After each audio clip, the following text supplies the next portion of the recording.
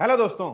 मेरा नाम है केशव नारंग और इस वीडियो में आज हम बात करने वाले हैं एफआईआई सेलिंग को लेके। तो दोस्तों, पिछले 2 3 4 महीने के अंदर जब से निफ्टी के अंदर हमें करेक्शन देखने को मिला है और प्रोवाइडेड बाय उसके बाद अपना स्मॉल कैप मिड कैप में भी काफी ज्यादा करेक्शन हो गया है। और मेन जो रीजन है, जो कल्प्रिट है इसका, वो कहीं ना कहीं एफआईआई की जो सेलिंग है वो बढ़ती ही जा रही है। इस महीने जो लास्ट मंथ था उसमें भी लगभग 1 लाख करोड़ की सेलिंग करी है एफआईआई ने। और ये मंथ में भी अभी आई थिंक 30,000 करोड़ के आसपास की सेलिंग होने जा रही है। तो क्या रीजन है कि एफआई इतना ज्यादा सेल कर रहे हैं, वो इस वीडियो में समझने वाले हैं। कुछ बेसिक और बहुत इंपॉर्टेंट कारण जो शायद आने वाले टाइम में यहां से जब खत्म हो जाएंगे तो क्या ये सेलिंग वापस आएगी, उसको भी इस वीडियो में समझने वाले हैं। तो वीडियो को अंत तक जरूर देखें, चैनल को जरूर सब्सक्राइब कर लें ताकि आपको इस तरीके के अपडेट्स मिलते रहें। तो दोस्तों, पहले से आपसे स्क्रीन शेयर करता हूं। सबसे पहले आज के जो मार्केट क्लोजिंग है और जिस तरीके से स्मॉल कैप और मिड कैप के अंदर जिस तरीके का फॉल आया है, एक बार उसको समझेंगे। उसके बाद एफआईआई की सेलिंग के ऊपर जाते हैं। तो वीडियो को हम स्टार्ट करते हैं। शेयर करता हूं आपसे स्क्रीन।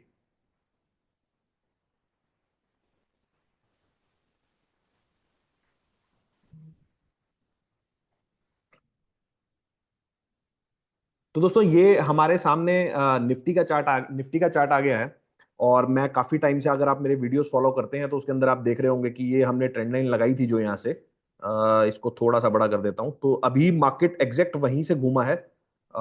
ये जो हमने दो फॉलिंग ट्रेंड लाइन ऊपर से आ रही है, डेली चार्ट है निफ्टी का। निफ्टी का डेली चार्ट आने के बाद यहाँ से मार्केट घूमा है और लगातार 1 2 3 4 5 6 7 8 9 यहाँ पर लाल कैंडल बन चुकी हैं।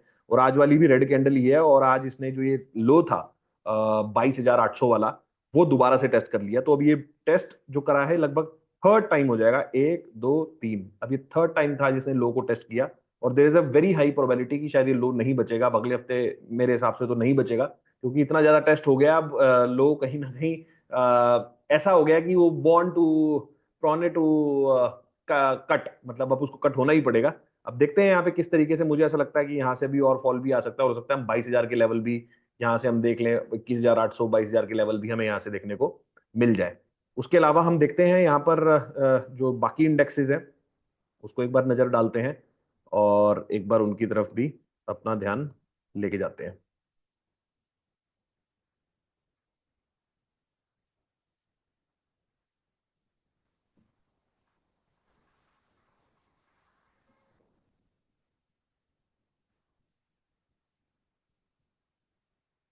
आई थिंक वो कुछ इशू हो गया तो इस वजह से थोड़ा लेट हो गया। हाँ, तो ये अपना निफ्टी जूनियर है। निफ्टी जूनियर आज 2.5% नीचे था। और ये भी लाल कैंडल बनी है यहाँ पे। 2.5% नीचे निफ्टी जूनियर।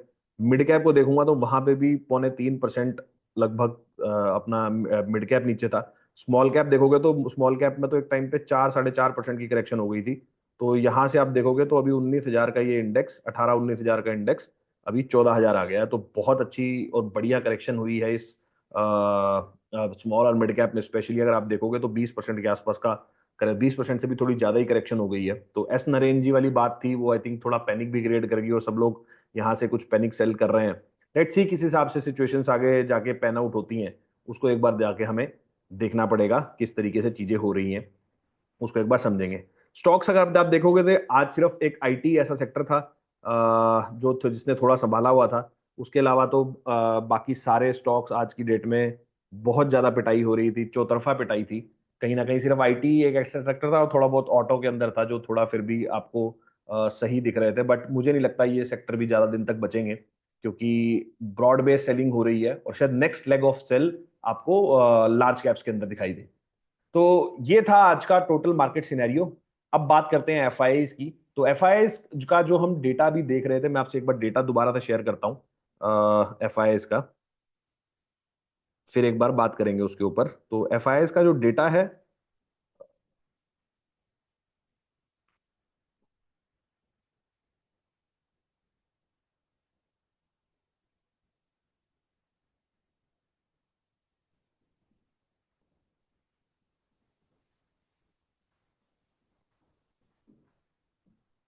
पहले मैं आपको इसमें मंथली डेटा दिखाता हूं। तो मंथली डेटा अगर आप इसके अंदर आप देखोगे तो यहाँ पर सबसे पहले जो है कि इस मंथ का जो इन्होंने सेल किया है, वो आपको लगभग सेल किया है, जो फेब में अगर आप देखोगे तो फेब में इन्होंने सेल कर लिया लगभग 28,000 करोड़, जो मैं आपको बता रहा था। लास्ट जनवरी में इन्होंने जो सेल किया है वो करा है 2,56,000 करोड़, 1 लाख करोड़ मैं मेरे को लगा था, बट उससे भी ज्यादा है। दिसंबर में 23,000 करोड़, नवंबर में 1,14,000 करोड़, और अक्टूबर में करा है 1,11,000 करोड़। तो इससे ये आप देख सकते हो कि अगर मैं टोटल करता हूं तो 2.5, 3.5, 4.5, और आप ये तो लगभग 5 लाख करोड़ का माल यहाँ पे एफआईआई सेल कर चुके हैं। और अभी भी ये कितना फिगर जाएगा इस महीने का वो हमें देखना पड़ेगा, बट कहीं ना कहीं जो एफआईआईज हैं वो इतना ज्यादा सेल कर चुके हैं, वो हम आने वाले टाइम में भी देखेंगे। तो अब इसके बाद रीजन रीजन समझते हैं कि रीजन क्या है। रीजन वैसे तो 2-3 रीजन मेरे को समझ में आ रहे हैं, बट फिर भी आपसे शेयर करता हूँ कि क्या क्या रीजन हो सकते हैं। तो सबसे पहले जो रीजन अपने को समझ में आ रहा है एफआई सेलिंग को लेके, वो ये समझ में आ रहा है कि यहाँ पर जो इंडियन रुपी है वो काफी ज्यादा डेप्रिशिएट हो गया है। 3-4-5% के आसपास रुपी डेप्रिसिएशन होने की वजह से क्या है कि सेलिंग थोड़ी सी एग्रेसिव हो गई है। अब वो किस तरीके से होता है, जब मान लीजिए एक एफआई जो आज से 1-1.5 साल पहले पैसे लेके आया था, मान लो 80 रुपए के रेट पे, वो उसके पास तो डॉलर में पैसे थे, राइट। अब वो जब 80 रुपए में पैसे लेके आया था इंडियन मार्केट के अंदर, तो अब जब उसका निकालने का टाइम आया तो अभी डॉलर हो गया कुछ 88-89, जिसकी वजह से जब उसको वो वापस कन्वर्ट करेगा तो डॉलर के अंदर यहाँ पे माल बेच के जब वापस कन्वर्ट करेगा तो उसे एक डॉलर जो हमारी करेंसी का डेप्रिसिएशन हुआ, ये उसको नुकसान भुगतना पड़ेगा। वो नुकसान जो होगा वो बेसिकली उसके रिटर्न से एडजस्टेड होगा। मान लो उसने 10% का रिटर्न कमाया होगा, तो 3-4% जो करेंसी जो डेप्रिशिएट हुई है वो उसमें से माइनस होकर उसका रिटर्न ऑलरेडी कम हो जाता है।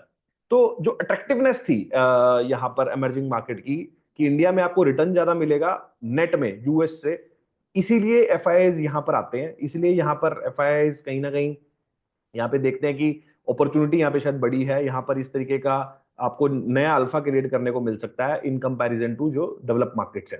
तो यही रीजन होता है कि एफआईआईज और इन सब लोगों का यहाँ पे आने का। तो वो एक जो एडिड एडवांटेज था वो पिछले 2-3 महीने के अंदर बहुत ज्यादा उसको उस पर एक डेंट लगा है, जो कि एक बड़ा रीजन है। उसके अलावा मैं देखता हूं तो जो चाइना है, चाइना के अंदर जिस तरीके की चीजें हो रही हैं, बहुत सारा ऐसा पैसा है जो चाइना की तरफ भी मूव हुआ है। आप हैंगसेंग को अगर देखोगे तो पिछले 3-4 महीने में अगर यही जो परफॉर्मेंस हमारी रही है, एकदम बिल्कुल एकदम एग्जैक्ट उल्टी परफॉर्मेंस उनकी रही है। अगर हम नीचे गए हैं तो वो ऊपर गए हैं। तो कहीं ना कहीं बहुत सारा पैसा वहां भी शिफ्ट हुआ है, मुझे ऐसा लग रहा है। तो चाइना वाला भी इशू है। तीसरा, जो ट्रंप ने गद्दी संभाली है यूएस के अंदर, और उसके अलावा जैसे अगर आप वहां देखोगे बॉन्ड यील्ड्स, तो बॉन्ड यील्ड्स क्या होता है कि सबसे सेफर इंस्ट्रूमेंट होता है। तो बॉन्ड यील्ड लगभग 5% के आसपास चल रही है यूएस की। तो अगर मेरे को डॉलर टर्म में 5% बिना कोई ड्रॉडाउन या बिना किसी सरदर्दी के मिलेगा, तो क्या मैं वहां इन्वेस्ट नहीं करूंगा कि यहाँ पे मैं इंडिया पहले पैसे लेके आऊं, यहाँ पे पहले करेंसी का रिस्क लूं, करेंसी का रिस्क लेने के बाद स्टॉक मार्केट का रिस्क लूं, और उसके बाद भी अगर मेरे को 8-9% ही बचता है, मान लो 12% मैंने यहाँ पे कमाया, मेरा करेंसी वरेंसी का ये जो डेप्रिसिएशन हटा के मेरे को 8-9% बनता है, और मेरे को 5% लेट से फिक्स मिलता है, 6% फिक्स मिलता है।